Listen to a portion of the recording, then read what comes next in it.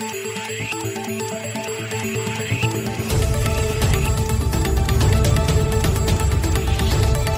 et bienvenue à cette nouvelle édition de Santé, Sciences et Développement, le magazine scientifique de SciDev.net en partenariat avec votre radio. Au micro, Sylvia Coussan. Au menu cette semaine, au Niger, un premier cas du variant Omicron de la Covid-19 a été enregistré. Les autorités sanitaires du pays ont sonné l'alerte et appellent la population à se faire vacciner. Au Gabon, l'Association nationale des sages-femmes mène une campagne pour l'allaitement des bébés au sein dès leur naissance et pendant les 6 premiers mois. Avec notre invité, le professeur Kelly Eli, spécialiste de chirurgie hépatobiliaire et pancréatique, nous évoquerons la première transplantation de foie réussie en Côte d'Ivoire. Quelle est la différence entre une céphalée et une migraine? Réponse dans la rubrique Kesako. Et puis, comme d'habitude, l'agenda scientifique de la semaine, ce sera en fin d'émission.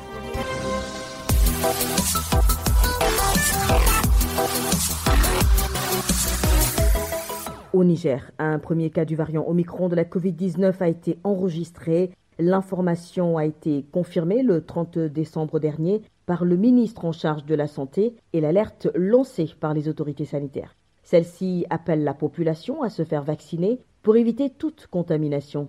Les détails avec Diallo Issaka Amadou à Niamey. Un cas a été détecté chez un voyageur à l'issue des résultats d'études du Centre de recherche médicale et sanitaire Sermessa. Le variant Omicron est un virus dangereux par rapport aux autres variants du fait de sa vitesse de propagation, selon Dr Ilal Hassan du service d'aide médicale d'urgence. Le nouveau variant de Covid-19, le variant Omicron, par rapport à sa dangerosité, on peut peut-être faire allusion, si vous voulez, à sa rapidité de propagation, contrairement justement à d'autres variants, notamment les variants Delta, qui aussi a une vitesse de propagation, en tout cas assez importante. Pour éviter d'être contaminé par le variant Omicron, il est recommandé de respecter les mesures barrières édictées par le gouvernement. Le port de bavette, surtout quand vous êtes dans un endroit clos ou quand vous êtes dans une foule, donc il faut la distance d'au moins 1 mètre effectivement entre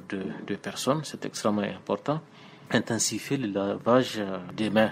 Enfin, pour mieux se protéger contre le nouveau variant Omicron, il est conseillé donc à la population de se faire vacciner, car seule la vaccination est la meilleure prévention contre le virus. Diallo Issaka Amadou, Niamey pour Santé, Sciences et Développement. Au Gabon, les nouveau-nés sont de moins en moins allaités au sein dans l'heure qui suit leur naissance, ce qui, d'après l'OMS, augmente leur risque de décès et de maladie, puis réduit leur probabilité d'être allaités par la suite. Selon l'Association des sages-femmes du Gabon, seulement 6% des nourrissons sont exclusivement nourris au sein maternel pendant les 6 premiers mois. Pour inverser la tendance, cette association mène actuellement une campagne nationale de la mise au sein précoce du bébé. La correspondance de Sandrine Gagne à Libreville. Cette campagne qui a été lancée le 12 janvier dernier va s'achever dans 3 semaines.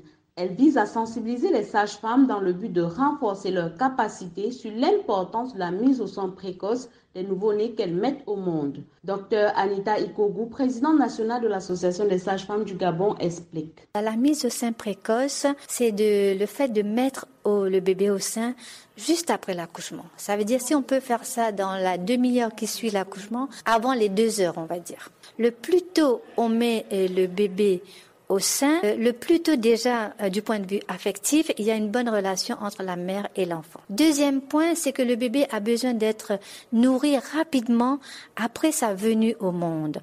Donc, l'avantage, c'est qu'il soit nourri de sa maman le plus tôt possible. Troisième avantage, c'est qu'il reçoit tout de suite les anticorps.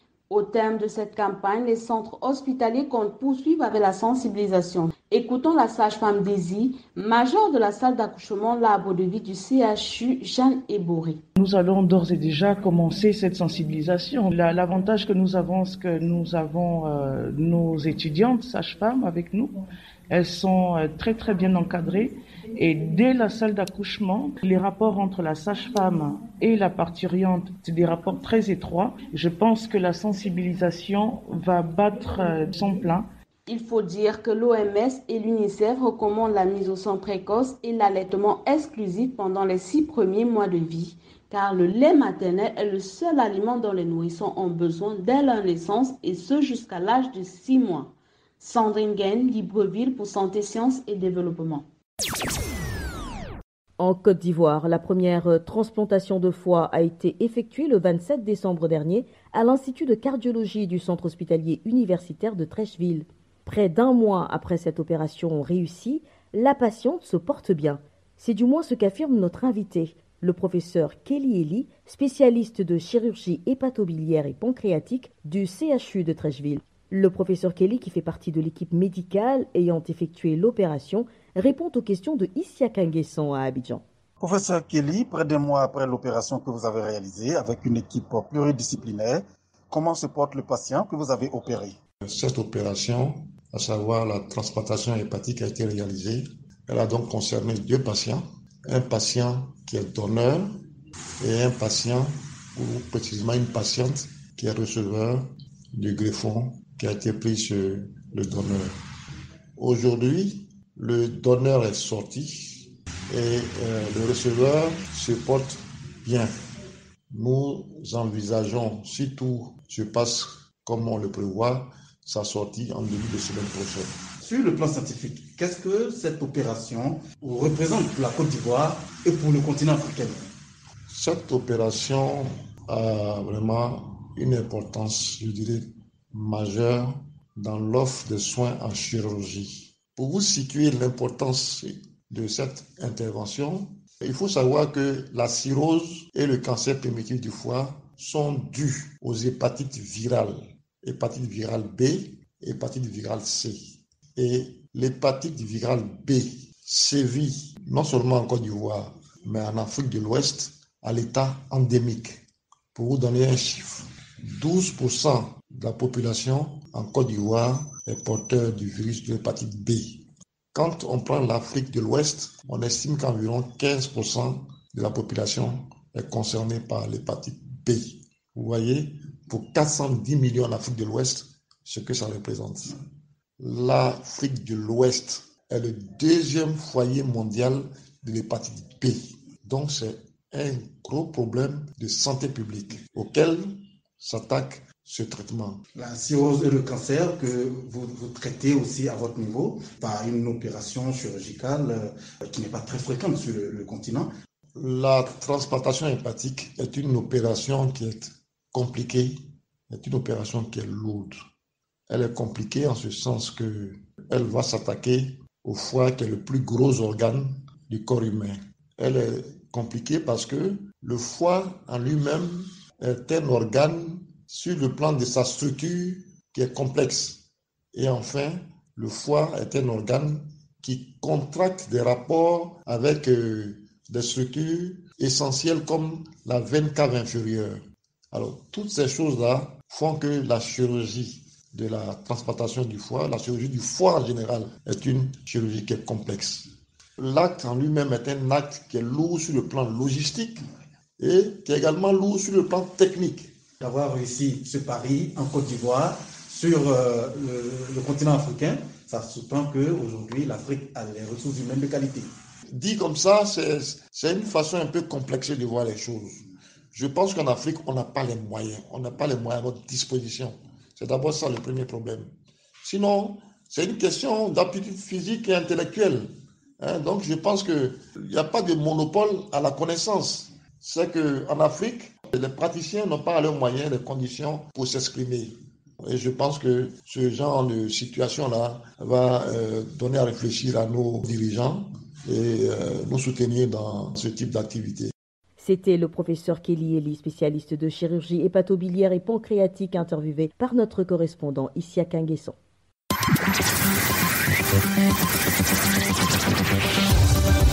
Kesako, qu'est-ce que c'est? Vos questions à la rédaction, les réponses de nos experts. C'est du Mali que nous vient la question de cette semaine. Je vous propose de l'écouter. Bonjour Sidev, je suis Christophe, étudiant à Bamako. Je souhaiterais que vous m'aidiez à comprendre la différence entre une céphalée et une migraine. Laquelle des deux est la plus préoccupante? Merci. Rendons-nous tout de suite à Bamako où nous attend notre correspondant Mardoché Boli. Bonjour Mardoché. Bonjour Sylvie, bonjour très chers auditeurs. Vous êtes notre correspondant au Mali et vous vous êtes rapproché d'un spécialiste pour répondre à la préoccupation de notre auditeur. Sylvie, c'est une question essentielle car selon l'Organisation mondiale de la santé, les céphalées ou céphalalgies comptent parmi les affections du système nerveux les plus répandues. Écoutons le médecin Ousmane Ly. La céphalée ou mal de tête correspond à une douleur ressentie dans la région crânienne, c'est-à-dire au niveau de la tête. La céphalée, il peut en exister deux types. Il y a ce qu'on appelle les céphalées de type primaire et les céphalées de type secondaire. Les céphalées de type primaire ne sont pas provoquées par d'autres pathologies. Par exemple, quand on fait le paludisme, on a mal à la tête. Donc le mal de tête que nous avons dans le cadre d'un palu ou une autre maladie est une céphalée secondaire, c'est-à-dire suite à une autre cause. Par contre, la migraine est en revanche une maladie. Une vraie maladie qui se manifeste par la répétition des crises. Il y a une douleur. Le fait qu'elle soit unilatérale ou bilatérale est facultatif très souvent. Mais ce que nous pouvons dire par rapport à la migraine, c'est que c'est une douleur forte, elle est gênante et elle s'accompagne très souvent de signes comme la photophobie, la phonophobie ou la gêne liée à des odeurs qu'on appelle le photophonophobie, qui peut être la gêne liée à la lumière, au bruit et aux odeurs. Alors avec la migraine, on peut aussi voir des signes de nausée, de vomissement, où les deux peuvent être observés malheureusement. Quand on compare les symptômes de la migraine et de la céphalée des tensions, on peut trouver que un côté fait plus mal que l'autre. Donc quand on a la migraine, on a soit le côté gauche ou le côté droit qui fait plus mal que l'autre. Et pour la céphalée, cela n'existe pas. Et pour la migraine, il y a ce qu'on appelle une sorte de battement du côté où il fait mal, c'est-à-dire une pulsation. C'est comme des coups de marteau dans la tête ou comme si quelqu'un est en train de taper. Donc ça arrive dans la migraine, il n'y a pas ça dans la céphalée où la céphalée, elle est vraiment diffuse. Il y a l'intensité. Pour la migraine, vraiment, c'est de modéré à sévère. Or, pour la céphalée, c'est de léger à modéré. La migraine, elle est augmentée par l'effort physique. Quand on fait un effort, vraiment, c'est comme si ta tête va exploser. Pour conclure, on a la durée de la crise et sans traitement. Une migraine non traitée va durer de 4 heures à 72 heures. Et une céphalée peut durer de 30 minutes à 7 jours. Mais ce qui est très important, c'est que la douleur migraineuse, elle est plus intense que la céphalée. Voilà donc Sylvie, c'était les explications du Dr Ousmane Ly, ex-directeur général de l'Agence nationale de télésanté et d'informatique médicale. Merci Mardoché. Je rappelle que vous étiez en ligne de Bamako au Mali. Chers auditeurs, si vous aussi souhaitez nous adresser une question, une seule chose à faire, appelez, écrivez ou laissez un message vocal au numéro WhatsApp suivant, le +221 77 846 54 34. Je répète, le +221 77 846 54 34. Votre question, vous pouvez aussi nous l'envoyer par email. L'adresse email, c'est celle-ci, podcast@sidev.net. Podcast s'écrit P-O-D-C-A-S-T et Sidev s'écrit S-C-I-D-E-V. Je répète, podcast@sidev.net. Vos questions et commentaires sont attendus à ces différentes adresses à tout moment de la journée. L'agenda. Place à Virgile Aissou pour nous faire découvrir l'agenda scientifique de la semaine. Bonjour Virgile. Bonjour Sylvie, bonjour chers auditeurs. Alors que retenir à l'agenda cette semaine ? Notons déjà que le 18 janvier aura lieu un webinaire intitulé « Médias et démocratie, quel avenir pour le journalisme d'investigation en Afrique ?» organisé par l'Institut de recherche en droit européen international et comparé, en coopération avec le Centre d'études des sciences et techniques de l'information, CESTI de Dakar. Ce webinaire permettra des échanges sur les difficultés et les défis du journalisme d'investigation dans un contexte démocratique mouvant et parfois instable dans plusieurs pays d'Afrique. Ensuite, le 19 janvier, le Centre des études stratégiques de l'Afrique organise un webinaire sur les dimensions de genre des opérations de paix en Afrique. Et puis, le 24 janvier sera célébrée la 4e journée internationale de l'éducation, sous le terme « Changer de cap, transformer l'éducation ». Voilà Sylvie, ce sera tout pour cette semaine. Merci Virgile, merci à vous aussi mesdames et messieurs d'avoir suivi cette édition de Santé, Sciences et Développement qui s'achève. Rendez-vous la semaine prochaine pour une nouvelle émission, même heure, même fréquence. D'ici là, portez-vous bien. Cette émission est disponible en podcast sur le site scidev.net/fr. Cette émission a été réalisée sur financement du CRDI, le Centre de recherche pour le développement international, un organisme public canadien. Le CRDI investit dans le savoir, l'innovation et les solutions afin d'améliorer les conditions de vie dans les pays en développement.